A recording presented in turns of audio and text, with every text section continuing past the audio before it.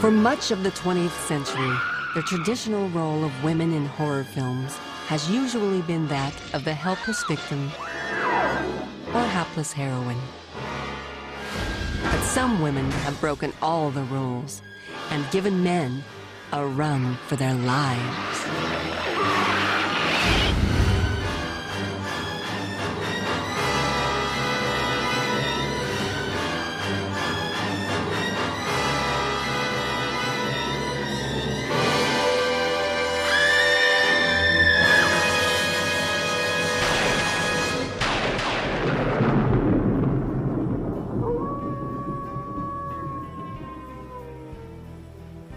Hello, darlings. It's me, Elvira, Mistress of the Dark, your glamorous guide to gal ghouls, vampire vixens, and witchy women.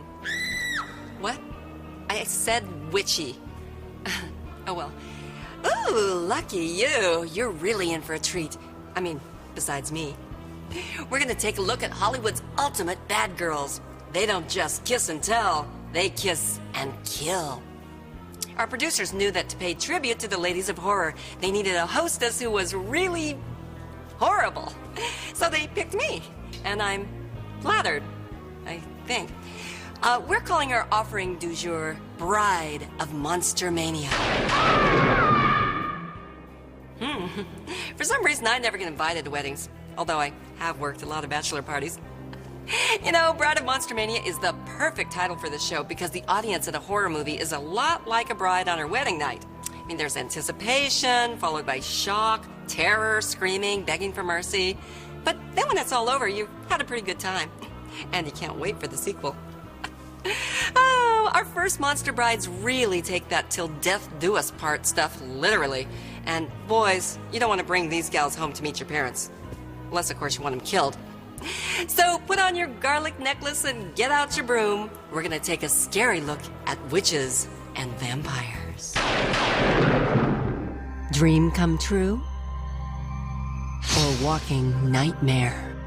Beguiling women have had men bewitched, bothered, and bewildered since the beginning of time. And trouble has been brewing ever since. Motion pictures have always provided a safe haven for these enchanting ladies.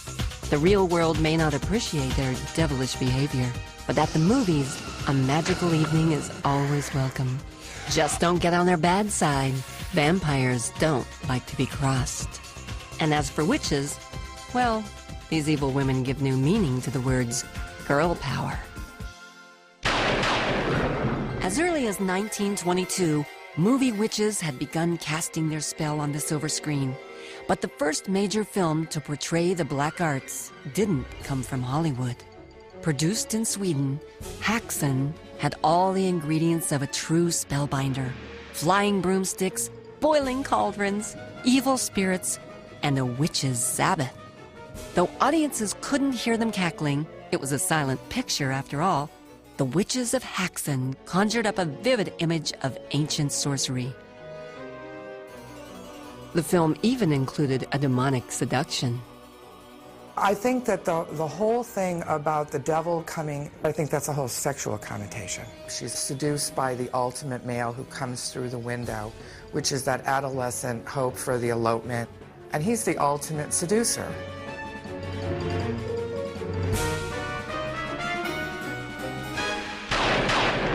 But romance between mortals and the practitioners of magic didn't have to be a ghastly affair. In 1942's I Married a Witch, Frederick March falls for Veronica Lake, a resurrected enchantress condemned to death centuries earlier by one of March's ancestors. Now, this little witch was no ordinary witch. Oh, no, she was beautiful. But she had a terrible time making the right man fall in love with her. I am a pretty good judge of character. And I don't think you're really a bad girl. I guess this will take longer than I planned. Despite the family history, love manages to conquer all. All right, what are you? But was it that old black magic? I'm a witch. Or just the blonde hair? The two ingredients certainly charmed audiences. In 1958, Hollywood whipped up a similar love potion with Belle, Book, and Candle, starring James Stewart and Kim Novak. You're supposed to take this liquid and you paint it on an image or a drawing or a photograph of anybody that you want, and then you set fire to it and shoo, they gotta come to you.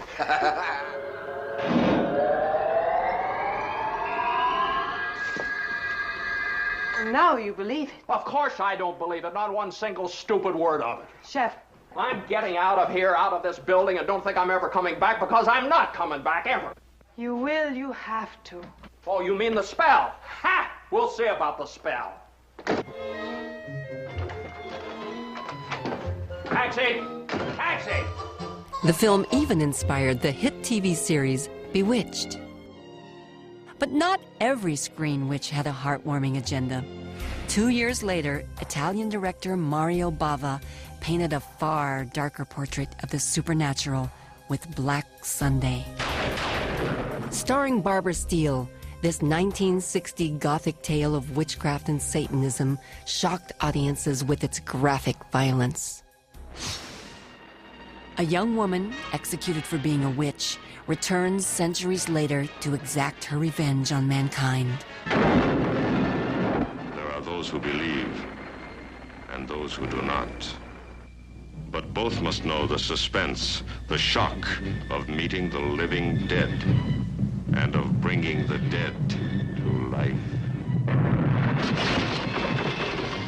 It's I who renounce you, and in the name of Satan, I place a curse upon you.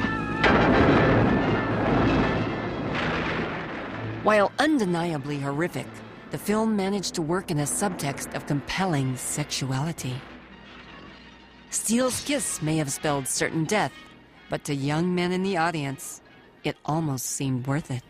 I think it's that dichotomy. You have this beautiful, alluring, sensual, charismatic creature who suddenly is capable of these horrible things, and I think there's a real appeal in that. It pushes the right buttons on people and can make that even scary for an audience, because you sort of let your guard down. You let your guard down and you let yourself be taken in, and suddenly from left field there's this creature. But beneath the surface, the mythology of witches and vampires was really about seduction, both sexual and spiritual, which explains its popularity at the height of the Victorian era. In 1897, famed artist Philip Burne-Jones's painting, The Vampire, shocked British society with its lurid portrayal of a female predator. That same year, author Bram Stoker brought the living dead of Slavic folklore into modern literature with his classic novel, Dracula. Then in 1931, Hollywood decided to bring Dracula to the silver screen. The film's complex blend of dark and sexual themes fascinated audiences. This is Dracula, the man who lived after death, lived on human blood, took the form of a vampire bat, and lured innocent girls to a fate truly worse than death. Dracula? Oh, what's he done to you, dear? Tell me. He came to me. He opened the thing in his arm, and he made me drink. But it was Dracula's wives that had the men's pulses racing. He's come back. A sequel, Dracula's Daughter, followed 5 years later, continuing the family bloodline. Sander, look at me. What do you see in my eyes? Death. This time, the female vampire took sustenance from both men and women. Do you like jewels, Lily? This is very old and very beautiful.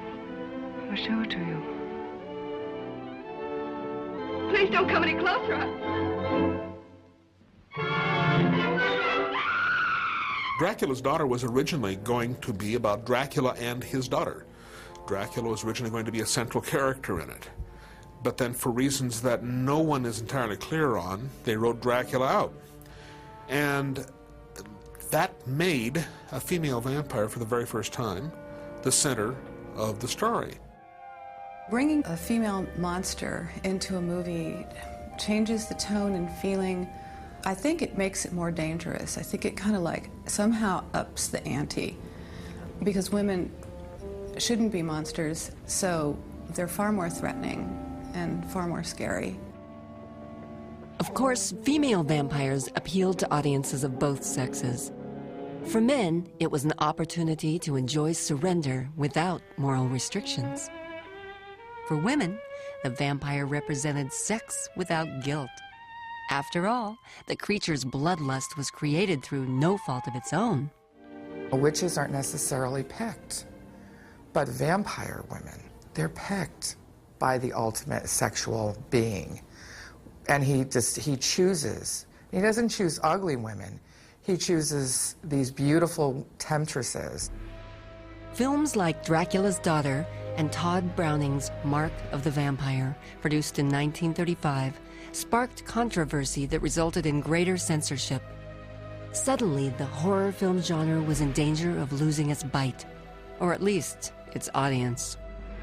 By the mid-1930s, film censorship was in full swing, both in the US and abroad. For several years, Hollywood's screen sirens retreated to their coffins, waiting for society's sexual mores to catch up. It was in France that the wake-up call was sounded. In 1960, director Roger Vadim created the most provocative vampire movie to date, Blood and Roses.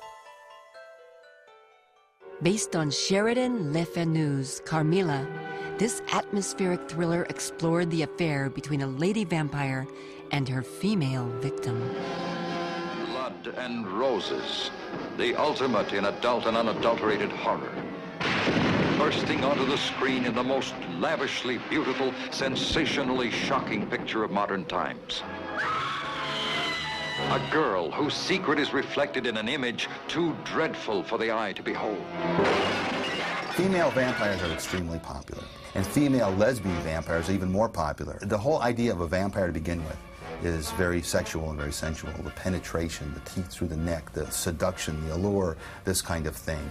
That's very much of a turn-on to a lot of people, and it can make some great stories. But the French weren't the only ones with a taste for the erotic.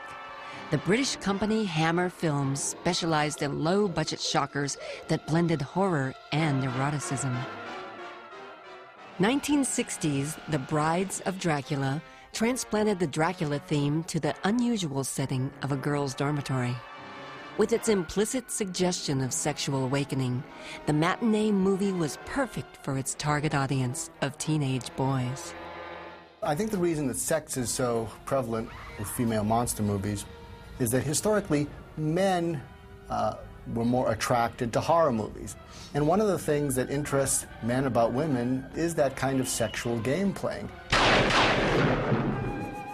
Throughout the 1960s and 70s, Hammer scored hit after hit thanks to a winning formula of hot blood and surging hormones. Hammer had their own style. It was macabre, and it was gothic, and it was rich, and it was silly, and there were a lot of things. Whereas the horror films later became sort of like, chop 'em. And it was so graphic. Horror films are much more exciting and scary when you don't see a lot of gore, when you don't see a lot of chopping and guts. Hammer Films treated moviegoers to a long line of female vampires, each one of them young, buxom, and frighteningly lethal.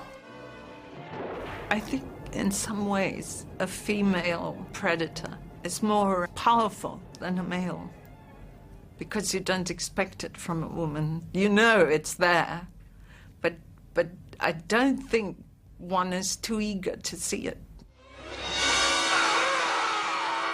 In many female monster roles, especially the vampire, the focus tends to be very sexual. What this is saying is that the power that women have is in their sexuality. And it's basically saying that this is like this huge power that can control and dominate men and destroy the earth. In 1970, Hammer Films began a trilogy of erotic horror classics that reflected women's growing independence. Like Vadim's Blood and Roses, the films were inspired by Sheridan Le Fanu's novel, Carmilla. Sample, if you dare, the deadly passion of the vampire lovers. The first installment, The Vampire Lovers, revolved around the deadly exploits of a female vampire who preyed on teenage girls. In Hammer films, you would have the demon come and murder the girl, and then in turn she would become the perpetrator and find victims elsewhere and carry on. And I think that's why women are so strong in these films. Released the following year, Lust for a Vampire made being undead downright inviting. Welcome to the most exclusive finishing school in Europe, where the quest for knowledge continues long into the night. Turn now this fresh, warm blood into a body of thy making. Soon after, Hammer released the last, and what many consider the best, in this series. Twins of Evil starred Peter Cushing as a vampire hunter whose two nieces are drawn into the world of vampirism. Frida, what are you doing? Nothing. Just looking. The storm is beautiful. And when the lightning flashes, you can see Karnstein Castle. Frida! One who is dedicated to the devil and his deeds will not die by a vampire's bite, but will become one of the undead. A vampire. The nieces, one good, one evil, were portrayed by real-life sisters Madeline and Mary Collinson, Playboy magazine's first twin centerfolds. With the women's movement gaining momentum in the 1970s, it wasn't long before female vampires demanded equal time. Although Countess Dracula had nothing to do with Bram Stoker's infamous Count, it did concern a real-life Hungarian noblewoman who killed virgins to maintain her youthful looks. In Countess Dracula, again, the woman wrote the story, but that was easy because she was the greatest serial killer of all time. Dracula lives again in the body of a woman. Blood. The more she drinks, the prettier she gets. Blood? Whose blood? Who is the bloodthirstiest of them all? The Countess Dracula. For nearly 2 decades, Hammer Films had a lock on the vampire movie. But in 1979, Dracula returned to Hollywood for a big-budget remake starring Frank Langella. Langella gave the Count an erotic sensuality that no woman could resist.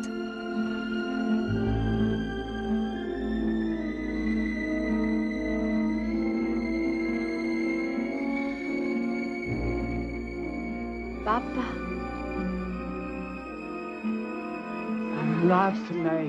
Laat mij met rust!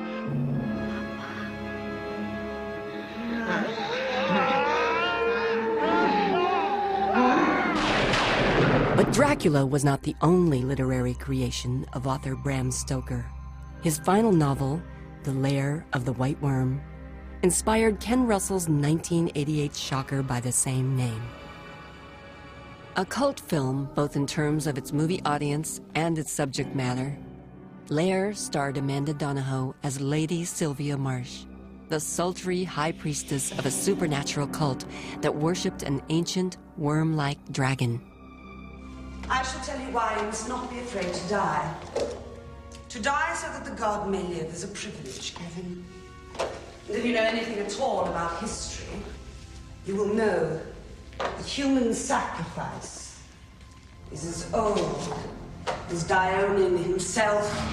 Lair of the White Worm took the notion of vampire eroticism to its most Freudian extreme yet. Like most evil sirens, Lady Marsh came to an untimely end. But till then, she had a devil of a good time. Besides, in a world of horror, being dead is never the end. Sometimes, it's only the beginning. Mirror, mirror in my hand, who is the sexiest... Oh, hi. Just admiring my reflection in the mirror. Something those vampire chicks can't do. Boy, being a vampire really sucks. I mean, it's just not natural. Speaking of which, our next crop of cuties is anything but natural. They're the man-made synthetic women of horror movies. And I'm not just talking about collagen and silicone. No, sir. These gals are built from the grave up. From the dawn of existence, men have dreamed of finding the perfect companion. Most would agree that women come pretty close, with just one little problem. They have a mind of their own. And as every woman knows, men like to be the ones in charge. Hey, with regard to the notion of men seeming to like to create female monsters, what's that about?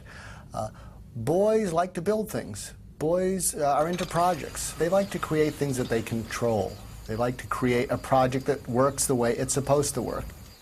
It's a total control thing. It's, I can shape and design and make this exactly what I want it to be.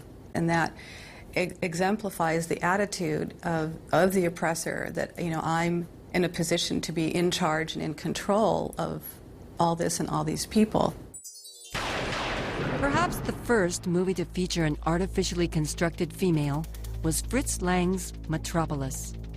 A masterpiece of the silent era, this 1927 film painted a dark, expressionistic vision of the future.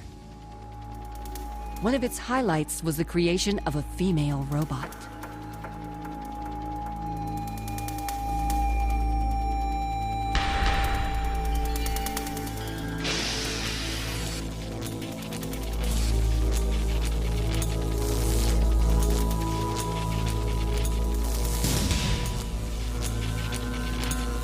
The mechanical female is made in the exact likeness of Maria, a beloved and trusted figure among the working class.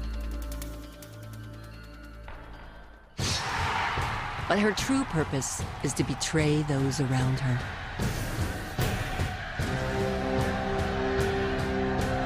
Although she's just following her programming, the actions of this synthetic siren lead to death and destruction.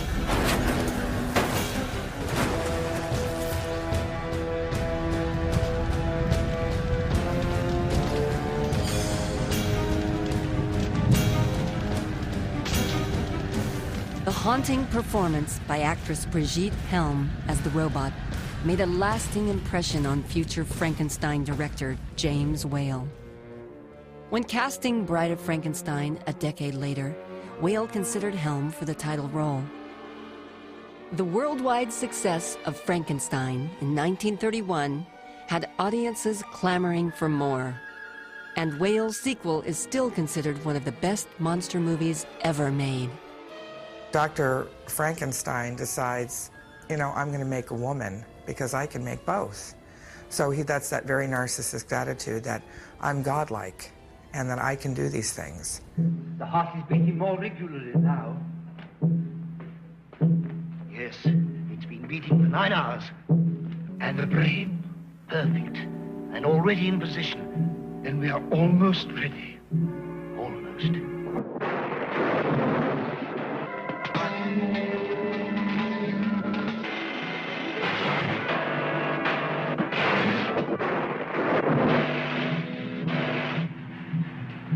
Remove the diffuser bands.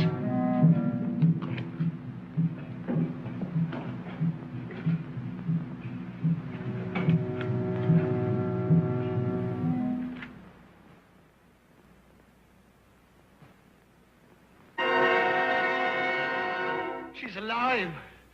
Alive!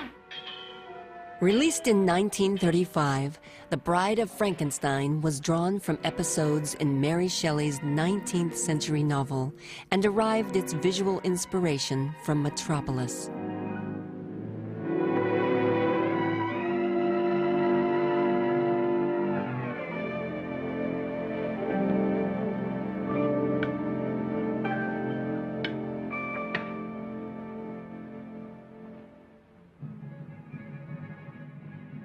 Elsa Lanchester, who played the female creature, even modeled much of her performance after that of Brigitte Helm.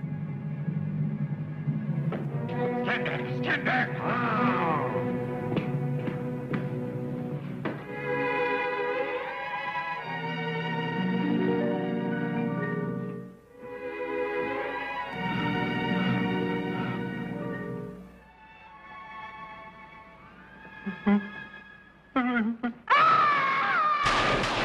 The Bride of Frankenstein was a sensation at the box office.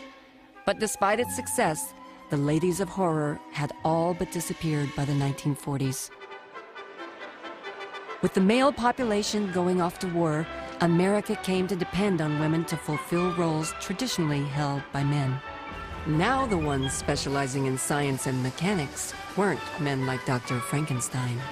There were female welders, female machinists, even female truck drivers. America gave these mechanically minded women a name, Rosie the Riveter. But Rosie found movies in which females were constructed by men to be less than riveting. That was a male fantasy. But by the 1950s, the boys were back in town, and Hollywood's women of horror were making a comeback. He held these beautiful maidens captive in his jungle of death, a power-mad genius who changed them into horrible creatures of another world, half-beast she-demons. Drive-in theaters gave the monster genre a real shot in the arm. After all, what better place and what better excuse for a guy to put his arms around a date? All young men take young women to horror films because they go, ah, and they sit on them. Don't let me go. Hold me. I've done it. We've all done it. I mean, God, yes, you know, it's wonderful. 1958's Frankenstein's Daughter gave moviegoers one of the manliest-looking female monsters in the history of cinema. Apparently, no one had told makeup artist Harry Thomas that the creature was supposed to be a lady. At the last moment, lipstick was added to give the monster a feminine touch. For the first time, a female descendant of the infamous Frankenstein.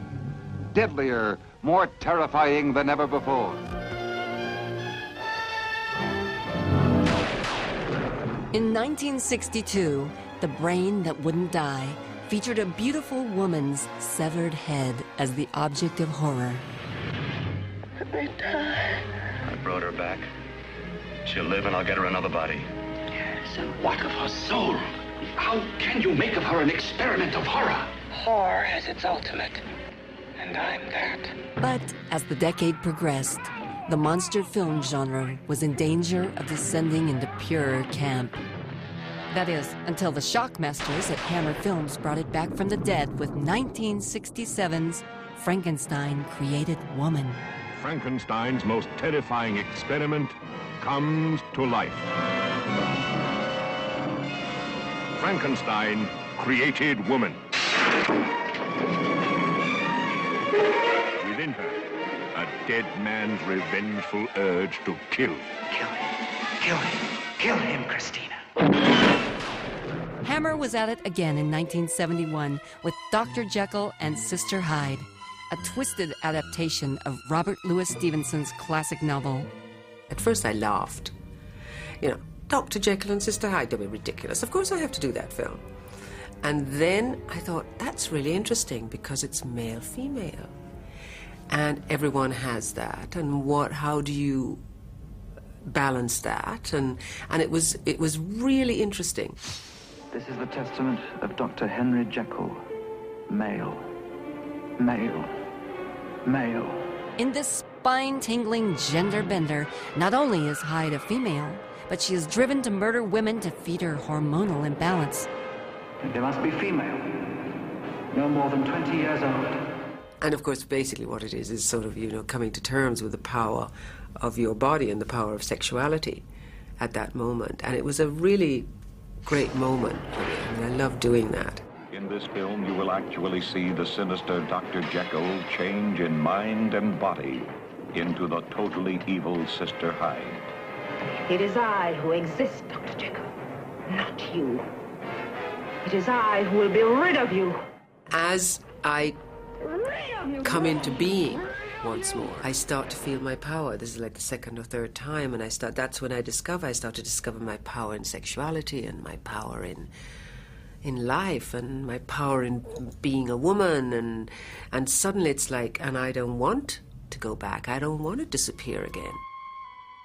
Dr. Jekyll Sister Hyde, man or woman or both. The Stepford Wives, about what men can do behind closed doors. In 1975, the concept of the man-made woman hit closer to home with the Stepford Wives, in which suburban husbands conspire to create the perfect partners by replacing their wives with androids who are literally built to serve. I'll just die if I don't get this recipe. It took me so long to get the upstairs floor to shine. Charmaine's changed. Carol Van Zant's changed. I'm getting the hell out of Stepford. Bobby, it's gotten to you now. I just want to look like a woman. And you're not going to leave Stepford either, are you? Leave Stepford? She's changed. And stop telling me I'm crazy. You see somebody, you get some help. You see a psychiatrist. I think the men in the association are behind it. Charmaine changed. Bobby changed. And my time is coming. I want my children! Where are they? The 1990s saw a resurgence in movies that blended modern science with classic horror. In an age of genetic engineering, the prospect of creating the perfect woman had achieved a terrifying new dimension. In 1995, Species introduced audiences to the most physically perfect female yet, a laboratory-grown superwoman whose DNA was literally out of this world. We decided to make it female so that it would be more docile and controllable. More docile and controllable, huh? I guess you guys don't get out much. I think what's most interesting about the movie Species is that nobody expected that, you know, a woman creature would be like this kick-ass warrior type of being. And the fact of the matter is that women really are far more vicious when protecting their young than men would ever be. That's portrayed in Species to its full extent.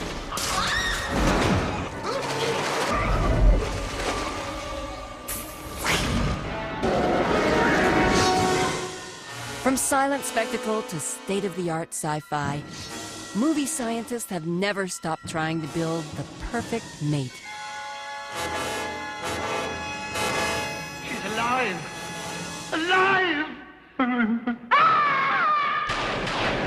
Now, I don't mean to be catty, but some of those women should have gotten a second opinion before they used Frankenstein as their plastic surgeon. I mean, I know he's cheap, but look at his work! Oh, but seriously, it's not what's on the outside that counts. It's what's on the inside. Unless, of course, what's on the inside is Satan.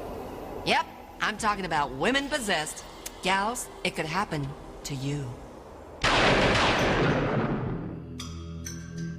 As long as there have been souls, mankind has been fascinated by the concept of a woman overcome by the forces of evil. From Haiti, the sinister power behind the White Zombie. In White Zombie, Bela Lugosi plays a man obsessed with turning living people into zombies. What is it? I see death. Madam.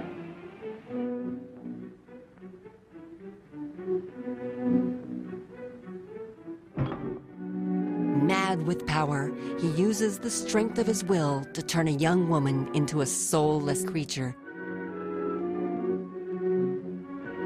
Never eyes so evil, never powers so potent, never magic so black as the master of the White Zombie. Cinema's most famous foray into the world of possession came in 1973 with William Friedkin's The Exorcist. Based on a documented case, the film starred Linda Blair as an innocent girl possessed by the devil. Somewhere between science and superstition, there is another world. The world of darkness.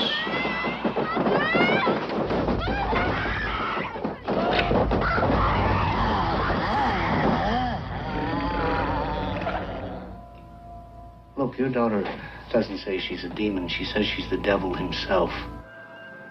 The one hope the only hope. The Exorcist. I think the reason that the little girl in the movie The Exorcist struck such a chord with the public is, first we're allowed to identify with her as this little girl, and then this beast, kind of like from within, takes over and is communicating through her and changes and distorts her.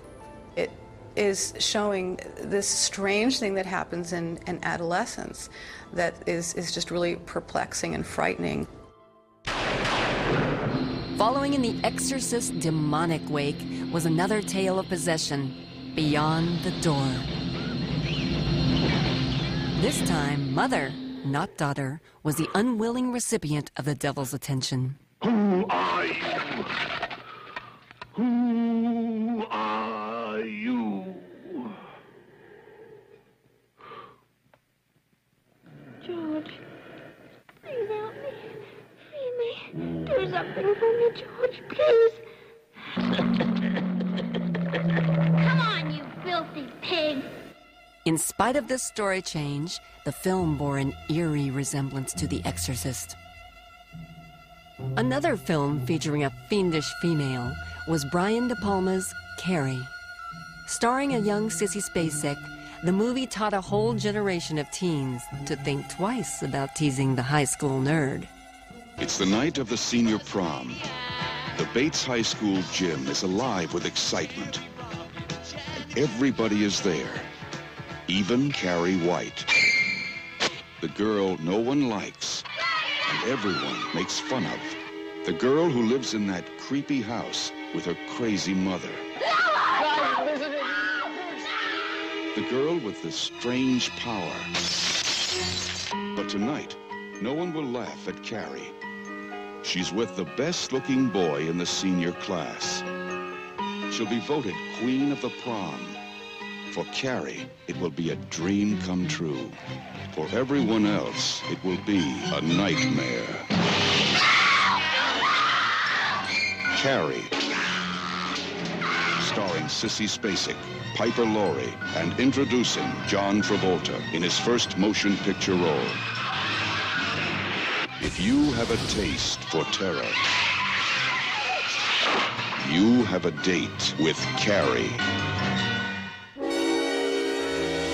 Carrie's transformation from prom queen to hellraiser reflected the changing attitude by Hollywood toward female adolescents. Adolescents, especially females, are really scary at that time because that's when they're truly switching over from being kind of androgynous to being women. They're starting their menses, and that's when they start to become possibly more of a threat. Before that, they were kind of like boys, but then all of a sudden, no, they're not. They're those women. They're those monsters. The female powers unleashed in Paul Schrader's Cat People explore the mythical connection between the female and the feline. Based on a chilling 1942 movie, this 1982 remake starred Nastasia Kinski as a young beauty confounded and frightened by her budding sexuality. And with good reason. Half human, half cat, Kinski's character was condemned to turn into a murderous panther. Again, it's that sexuality that sort of overrode the horror of it, you see, because there's this beautiful predator woman, and so what if she's killing everyone? They just want to just watch. You know, there's a certain sort of voyeurism involved here, watching the sexual predator. All these ladies had a connection with the supernatural that gave them a lethal advantage. Yet it also proved to be their downfall. Sheesh. You know, those possessed women are like something you'd see on Jerry Springer. I tell you, we have seen a lot of weird, wicked women so far. Women who are freaks of nature, women who are freaks of science, women who are into Satan, women who have Satan into them. I mean, what's left? Oh, yeah. Women from outer space. Hey, geez, wow. Women drivers. Watch the hair. Cinema science fiction has traditionally been a male domain made up of laboratories, launch pads, and ships to outer space. But female aliens have proven a notable exception. The feminine mystique, teeming with danger and intrigue, has long provided the perfect aura for an otherworldly creature. In the 1950s and 60s, despite the threat they posed to life as we know it, these intergalactic space ladies regularly showed up in bathing suits, tights, and even leather. In the 1953 film Catwomen of the Moon, a maiden voyage by a group of astronauts turned out to be more than they'd bargained for. Theirs is the fevered fury of life without love, goading them to lure men into the den of bloodthirsty moon monsters, flaming into a wild lust to conquer man and destroy the world. But one didn't have to visit the moon to find a beautiful space vixen. Some female aliens found their way to Earth. We saw this with our own eyes. An object the like of which we had never seen before. A frightening, strange shape descending from outer space with relentless purpose. Where did it come from? And what did it want of us? Hello! It's an aircraft, all right, but like nothing I've ever seen before. 1954's Devil Girl from Mars gave moviegoers a feminine reworking of the day the Earth stood still. Do not try to follow me. You cannot get help. Around this house, I've drawn an invisible wall through which no one may pass. Another outer space interloper found her way to our planet in 1957's The Astounding She-Monster. Here is a power that frightens the deer in the forest. A woman so intriguing that her face and figure fascinate every man. The woman whose warmth consumes. Other efforts took their femme fatales more seriously. The 1966 film Queen of Blood featured a vampire vixen whose appetite for blood had lethal consequences. Queen of Blood.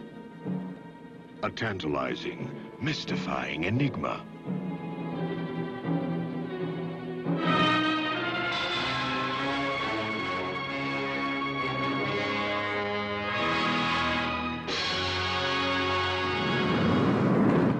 But nowhere was the developing image of the tough woman more evident than in Ridley Scott's sci-fi shocker, Alien.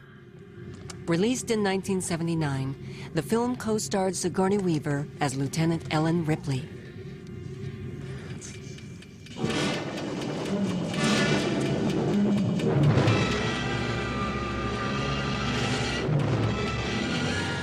Alien broke new ground, both visually and as proof positive that female characters could be much more than mere victims in a horror film.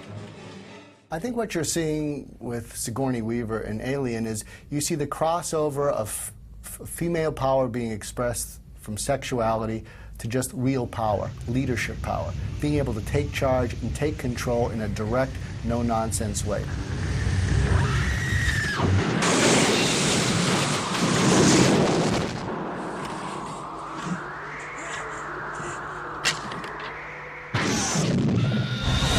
In the 1986 sequel, Aliens, Lieutenant Ripley returns, tougher than ever.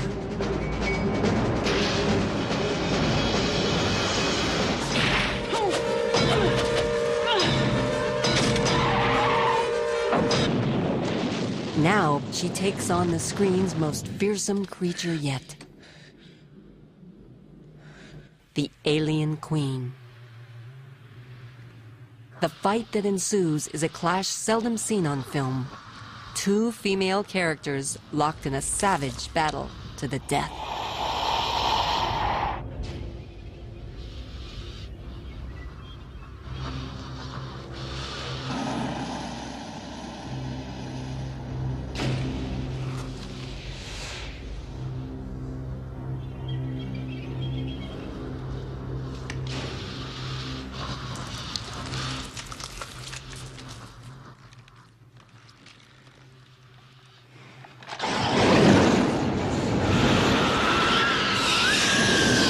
that monster was just, I mean, so ferocious, and you don't even think about the queen as female until you see her in all those pods. She's doing her job. She's protecting her babies. The film is very matriarchal, and I think that's what makes that whole series very, very powerful.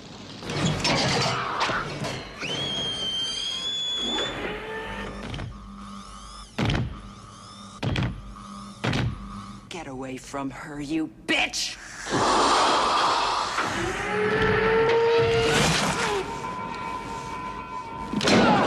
Ripley defeats the Queen, but not the alien race.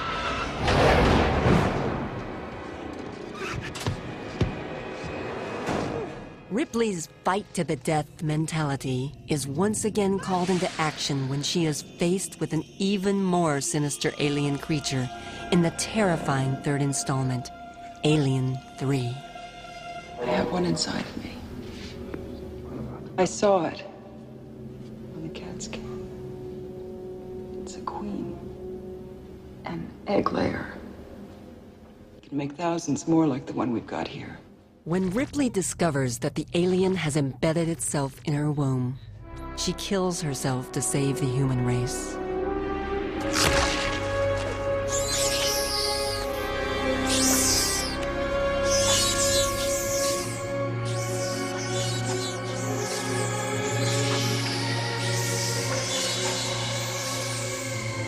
In Alien Resurrection, Ripley is reincarnated when her DNA is blended with that of the alien.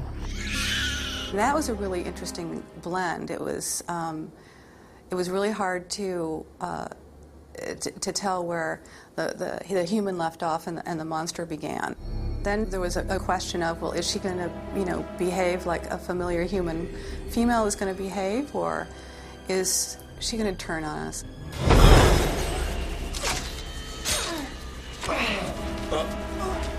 The alien queen mates with Ripley and produces one of the most horrifying creatures in movie history. Once again, Ripley must commit the ultimate act of battle. She sacrifices her hybrid offspring to stop the alien race forever.